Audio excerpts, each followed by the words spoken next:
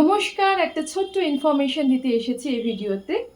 আমরা ঘরে এই ধরনের মূর্তি রাখবো না, অর্থাৎ শুধু মাথা রয়েছে, বডি নেই, এই ধরনের মূর্তি ঘরে রাখা যাবে না।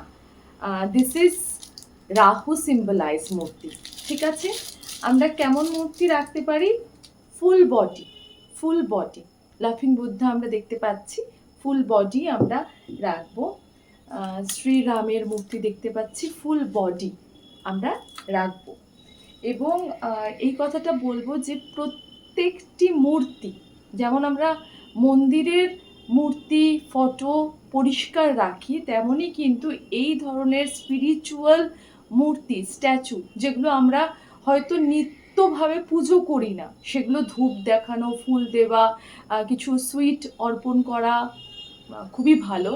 সেগুলোও যদি আমরা নিত্য না করতে পারি, আমি আসবো এরপরে বিভিন্ন ধরনের রিলস সিরিজ নিয়ে যে কিভাবে মেনটেন করা উচিত, সেগুলোও আসবো।